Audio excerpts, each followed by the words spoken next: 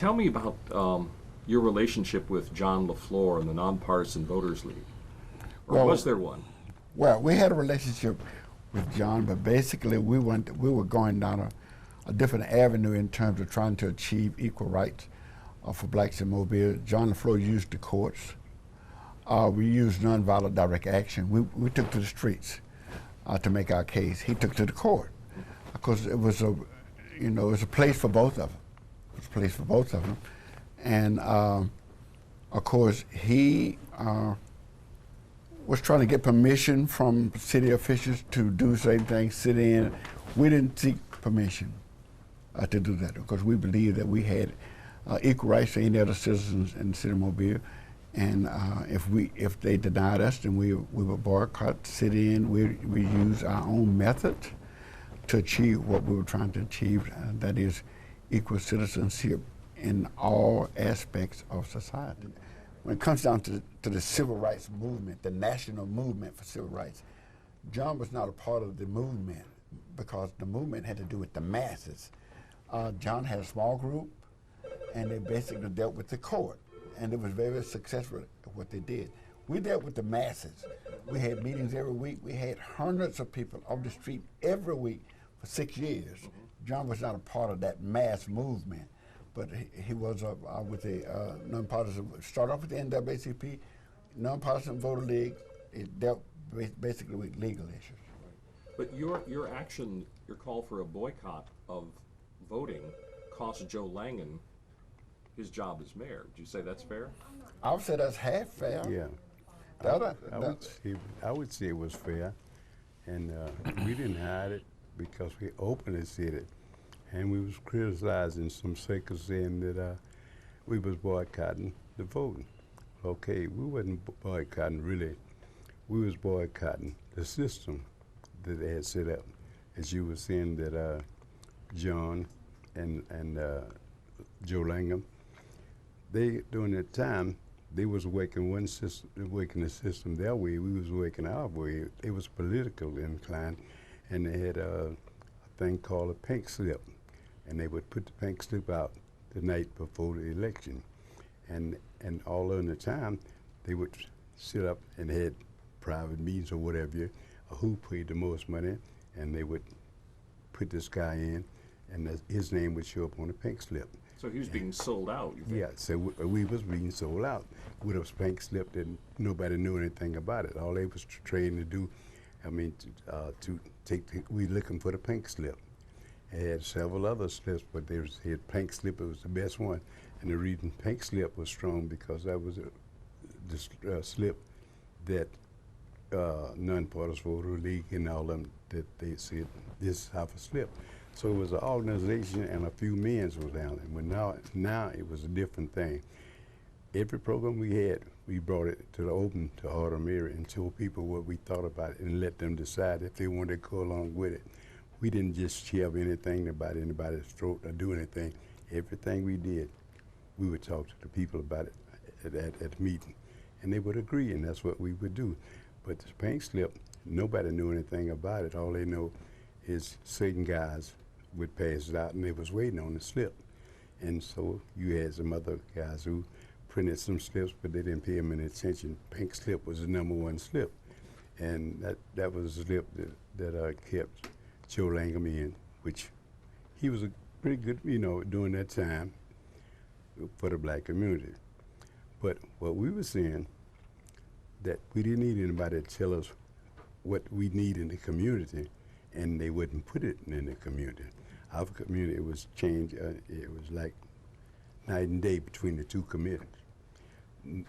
No recreation, no play, nothing. Even books in school was passed down. Everything was passed down in the black community during that time. So what we were saying, either count us in or count it out. We all sit at the table. If we can't all sit at the table, nobody eats. We turn the table over. So what we started doing is going directly to the people, and that wasn't heard of. So they picked 3 or 4 people, I think they call it advisory committee, and they would pick certain people in the black community, certain professional people that they could handle, And it was supposed to go their way, and they didn't even talk to anybody. Because even I saw in one of the pink slips that George Wallace got the endorsement. Right. Yeah. Let me, I want to go back real quick to the issues that he raised and that you raised too about the election of 1969. It was a test of power as to who was supreme in the black community. Is it going to be the non-partisan voters league? Will it be the neighborhood organized workers? Well, the test came because John LaFleur and his group endorsed the elected officials. Langan and that group, they were all endorsed by the non-partisan voters league. The neighborhood organized workers said no one among those commissions had promised to change the life for the betterment of the black community. We have nothing to go to the polls for. Stay home. So the issue was, can John churn them out? Can now stop them from coming? You know what happened? Hurricane Camille hit. Hurricane Camille hit us on election day. Whites left town running from Hurricane Camille. The police department overreacted. They had riot squads. They had the police officers stationed at Ward 10, the largest black ward in the city. Yeah. They had all around them. When the blacks got up there to vote, when they saw those people with the riot squads on, they went home. That's why Langham lost. Yeah. If they had to pull the police out and come up there with all that heavy equipment, they probably would have won. But we said no vote, stay home. Some stayed home because of that. Others stayed home out of fear. They got out the car and they said, we're not going up there among all of that now. Yeah. They overreacted like now it's some major threat. And we got to meet threat with threat. Yeah. And we got all these police officers up there with riot control equipment, fixed bayonets, all of that. People stayed home, Langham lost. But let the record show. On the eve, 4 years from there, the eve of the next election, they had come and got Beasley. Yeah. So he wouldn't pull that over on them no more. They came and got Beasley on the eve of the next election. Was that the arrest, you mean? Yes. Yeah, that was the arrest. What's the arrest? Yeah. And you still think you were set up? Oh, yeah. Ain't no doubt about it. I never had the court set him free. That first time the court set me free, every time I've ever been arrested, we didn't have one law enforcement officer in jail. No police said I did anything. They would always find somebody from out of town or somewhere to say they know me and something happened. We found out, we checked the record. These guys were bad to the bone. They had cases on top of cases. One guy had cases in 3 states. They gave him life without parole. He testified against me. They turned him loose. And they gave him cut to 5 years. And after the cut to 5 years, then they completely dismissed the indictment. And I got the papers to prove it. So you were set up by snitches? Yeah.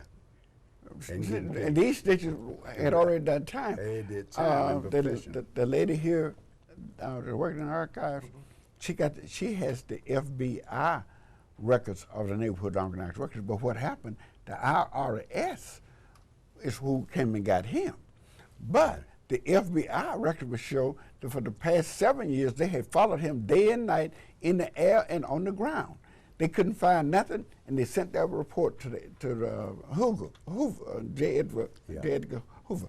Okay, the IRS, for the same period of time, so we done found a man doing 3 life sentences in jail that can testify that he did sell Nova Beasley some drugs, and that's what they sent him to prison for. No evidence, just on the word of a person that they got out of jail. But the FBI said, we've been in the air, we followed this man every day, we found nothing. Our arrest came back and said, but we got a man. And they set that man free for testifying against Beasley. Yeah. But you had appeal after appeal after appeal. Why weren't you released earlier than when you got out? When it was 11th Circuit in the first trial, with Finney and myself, they sent us the first time with tax. Finney, it was no tax. They had to put it together. Finney owned business and had drugstores. I didn't, so I had a club. And in my club, they closed it down for tax. And the next couple of days, we got a lawyer. They found out I had overpaid tax. They had to give me my money back. That was the first time with the tax deal. And the next thing, Finney had borrowed, that was bank money that he had borrowed. Finney didn't have a tax case. they just use what they can and stick you up. If you get by, good. If you don't, you stuck. But once you get behind the walls, it's hard to get out.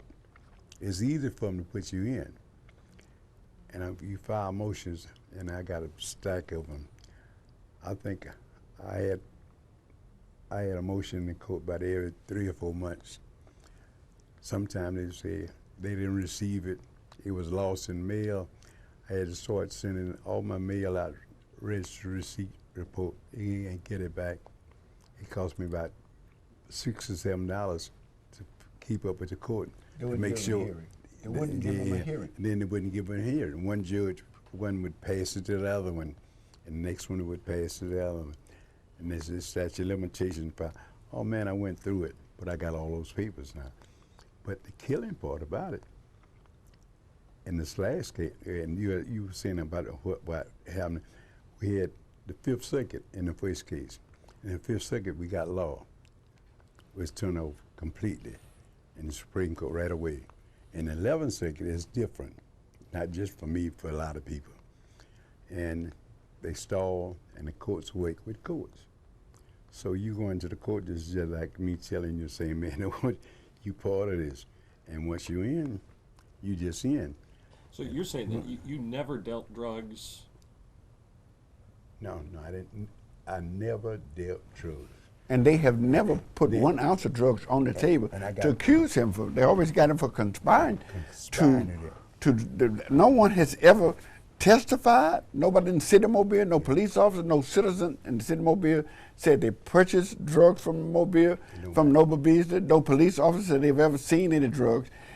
The federal agents who followed him, they didn't have any drugs. They went and got somebody out of jail to say, oh yes, I remember selling him some drugs. So there's no evidence of him. They always got him on conspiracy. They never indicted him for having drugs. They indicted him for conspiring on conspiracy, which means you can take hearsay in the court, send a citizen to prison for the rest of their life on hearsay, and that's what they use. That's what they use. And they're always going to be cracked. Otherwise, the person in jail not going to say, I sold him powder, because you can't get much time for that. Okay, it was a 100-to-1 ratio between crack and powder. You get 100% more time on crack than you can on powder. So yeah, it was crack. It was crack. So how much you think it was? Then the person that's already in jail, they the one say, but I sold him so many ounces. So when Congress went back and they reduced the ratio from 100-to-1 to 10-to-1. So all of those people that had been sent to prison with a 100-to-1 ratio, they had to recalculate to say that these people should have been out because the ratio is too high. It's a bunch of foolishness. So the last time Congress passed a law, what the person, the conspirator said he sold, they had to recalculate that. When they recalculated that, they couldn't hold him. They had to let him go. So we got with the parole officers, people on the parole board in Montgomery and Atlanta, and they told the people here at Mobile, turn him loose. And I went and got him. Now, you have to admit, at the time, in terms of politics, you must have had the establishment really scared, inviting people like Stokely Carmichael to Mobile. You think that's what put you on their radar? No, I tell you what put me on the radar. In 1968, I was, besides what really put demonstration, and nobody could, in fact, every organization in Mobile, black organization, was, most of them, they had connections through the organization to down. But now was the only organization that they couldn't touch. It was for the community. And we never would we meet one-on-one.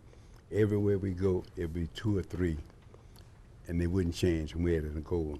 So what they did is said, now I got to go, I had to go. But my first trial, I think it was my lawyer says, the only mistake Noble Beasley ever made, if he made one, he ran for Congress. I was the He first can do black. it now. I was the first black in the South that ran for Congress since Reconstruction. Andy Young was the first one from the South that won. He ran the next time after that, but I ran first. The year I ran, Ben Branch was the first black judge. Lucius Amerson Tuskegee, the first black chair. That's the ticket that was The on. NDPA party, NDPA, with National John Democratic Cashin. Party of Alabama. And not only they put me in jail, they put John Cashin wound up in jail and too later on. So dealing with politics, that's a no-no. You going. That's why it's important for people to vote, whether they know it or not, to be registered voters at least, and vote.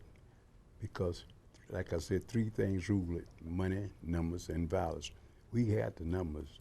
They try to squeeze us off with numbers. For years, I used to say, they said that we was 25%, we was 30%. They never would tell you the true percentage. All at once now you 55%.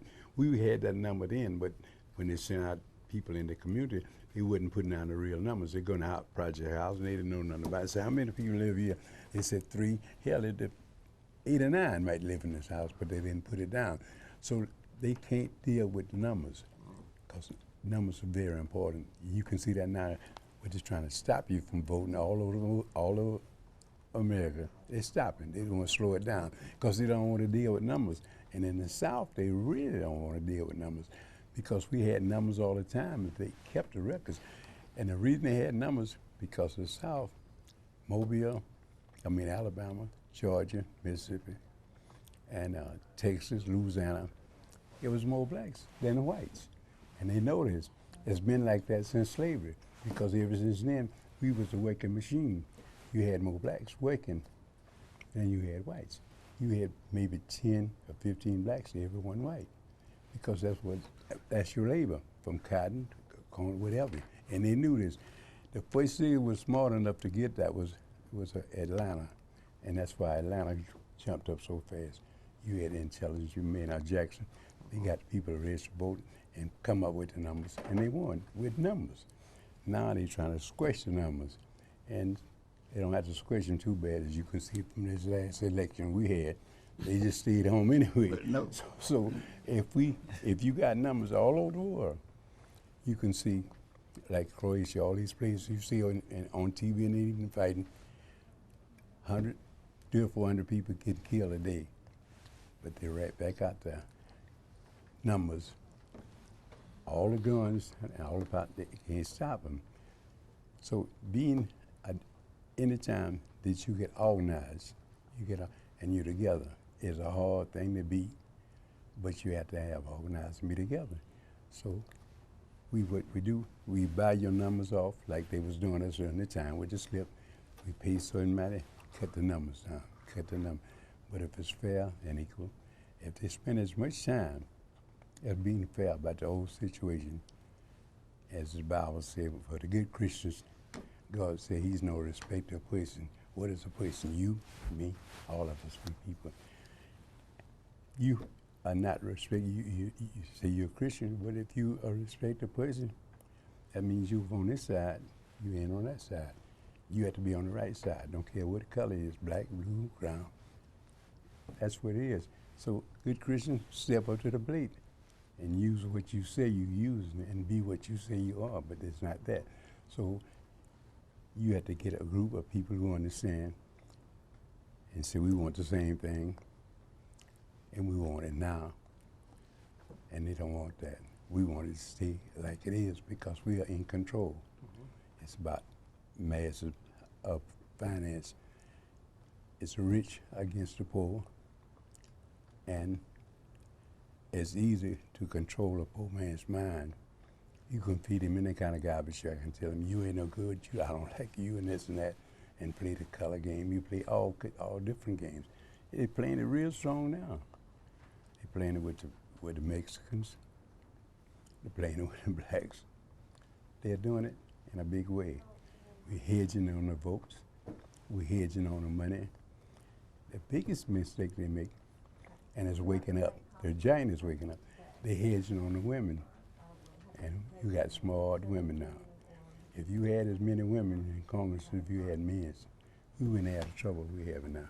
But no, let me get down to the radar screen. How did he get on the radar screen? Mm-hmm. He did it.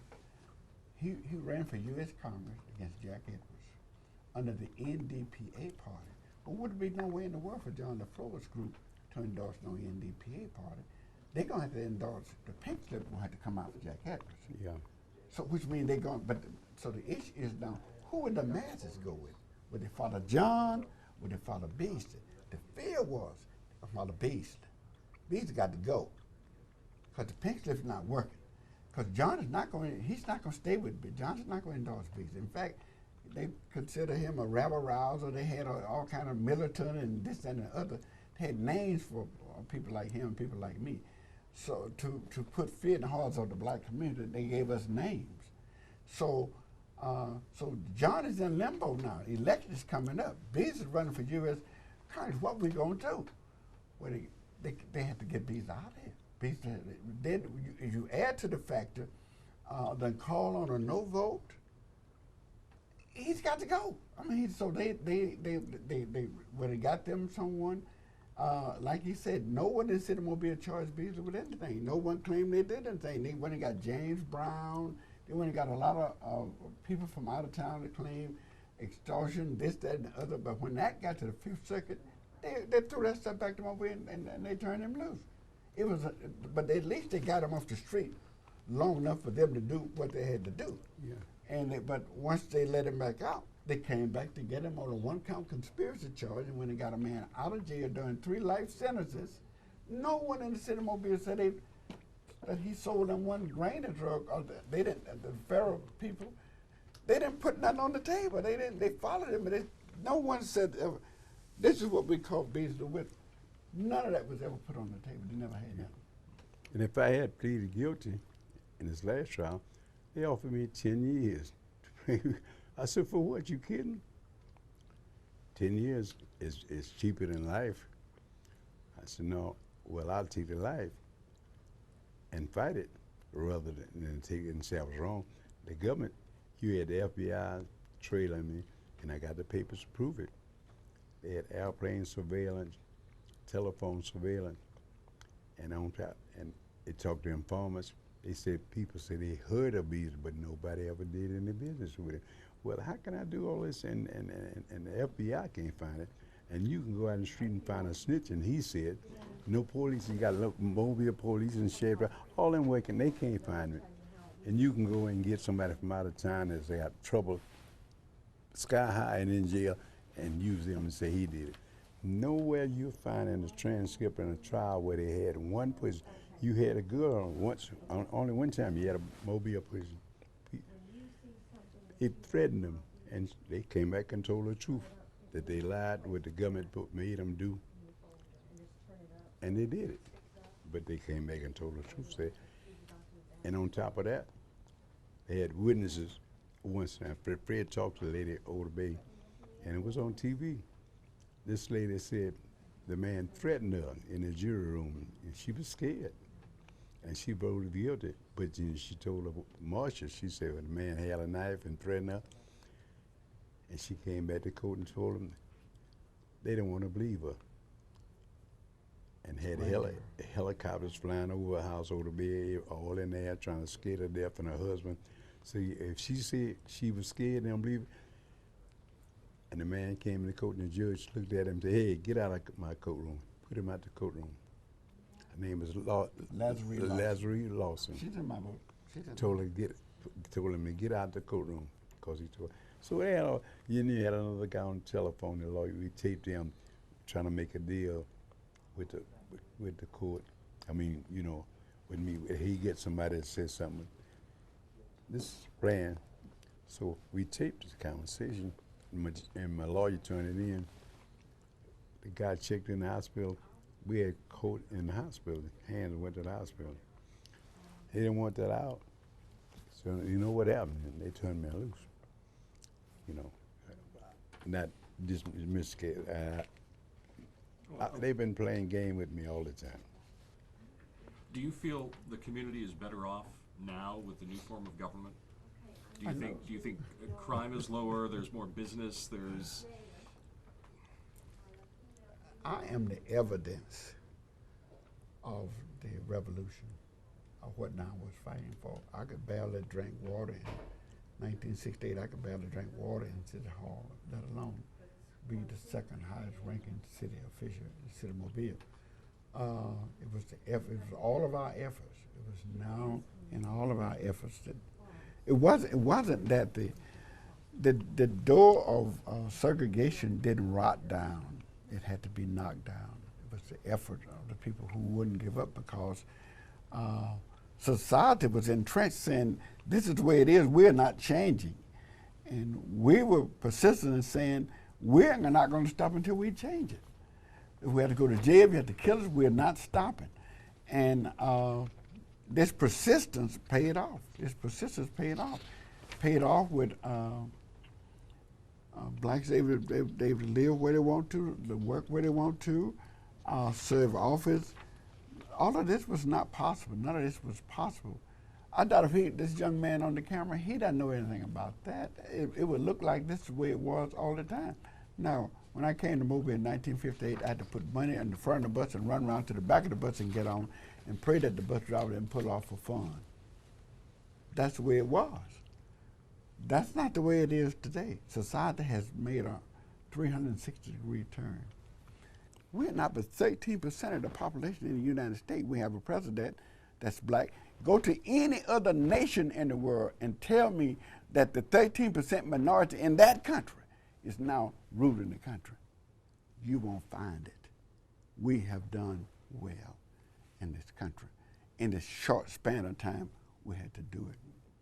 We have done well. We've done well in Mobile. I take my hat off. In spite of all what has happened to us in Mobile, we have done well. We've done better. We got a new mayor coming out saying, one Mobile. I'm holding them to that.